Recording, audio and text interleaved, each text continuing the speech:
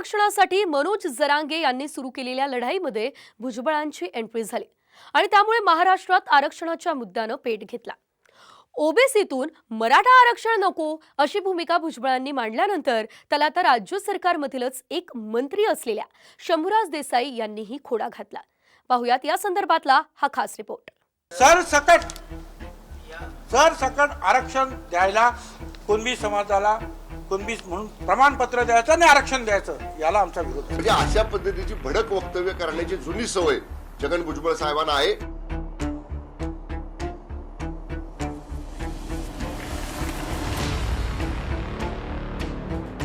ऐकलत, मराठा आरक्षणावरून महायुतीच्याच 2 मंत्र्यांमध्ये पेटलेलं हे वाकयुद्ध।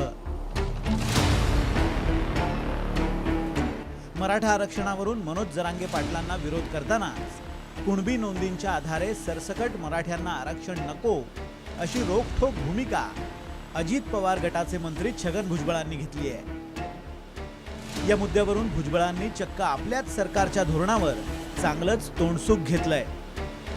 भुजबळांची ही भूमिका महायुतीच्या एकजुटीच्या मुळावरच येते हे लक्षात येताच शिंदे गटातून भुजबळांना समजुतीचे 4 शब्द सुनावण्यात आले।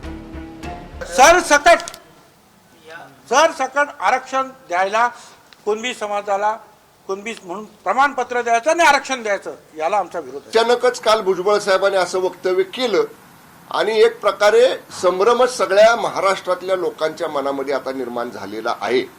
एक जबाबदार सिनियर मंत्री म्हणून भुजबळ साहेबांचं हे वक्तव्य हे निश्चितपणानं आश्चर्यकारक आहे। म्हणजे अशा पद्धतीची भडक वक्तव्य करण्याची जुनी सवय छगन भुजबळ साहेबांना आहे। ओबीसी समाजाच्या आरक्षणाला कुठलाही धक्का न लावता मराठा समाजाला आरक्षण देण्यासाठी सरकार कटिबद्ध आहे। भुजबळ साहेब हे आमचे सरकारमधले ज्येष्ठ नेते आहेत आणि त्याच्यामुळे समाजाच्या मनामध्ये असा काही गैरसमज असेल ओबीसी समाजामध्ये तर तो दूर करण्याची जबाबदारी सुद्धा त्यांची स्वतःची आहे। आणि भुजबळ साहेबांनी सुद्धा मीटिंगमध्ये मान्य केलेलं होतं की कुणबी दाखले ज्यांच्याकडे असतील त्यांना कुणबी सर्टिफिकेट द्यायला आमचं कुठलंही ऑब्जेक्शन नाही।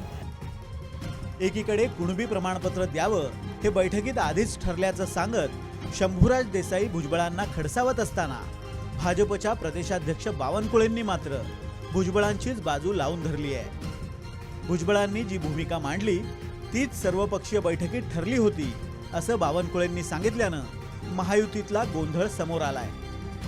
तर महायुतीतल्या या गोंधळावर विरोधकांनी नेमकेपणानं बोट ठेवलंय।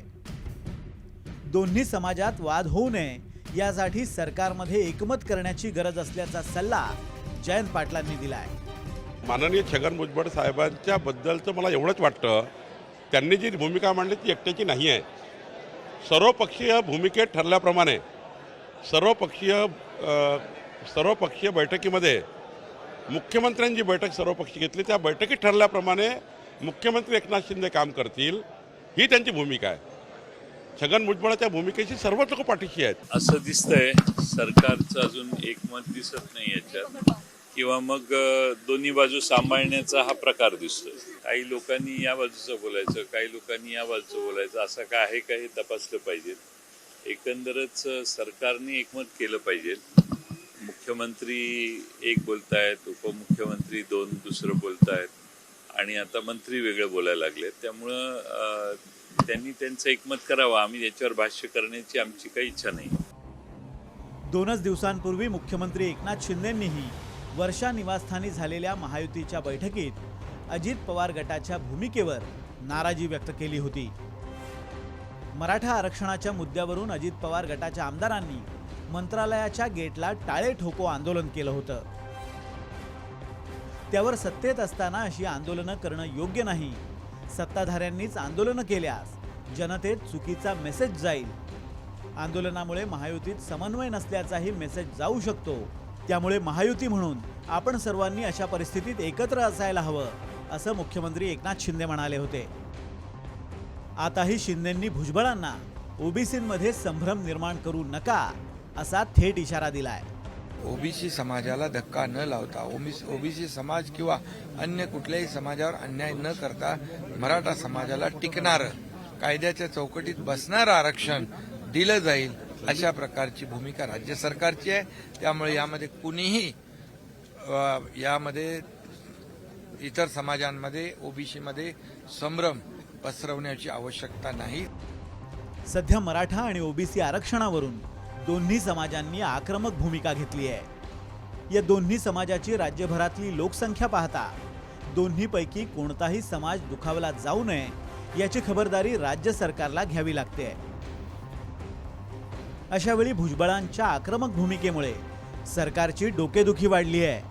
त्यामुळे सरकारमधीलच एखाद्या मंत्र्याच्या वक्तव्यामुळे प्रकरण हाताबाहेर जाऊ नये यासाठी सरकारला चांगलीच कसरत करावी लागणार आहे. ब्युरो रिपोर्ट, साम टीव्ही न्यूज.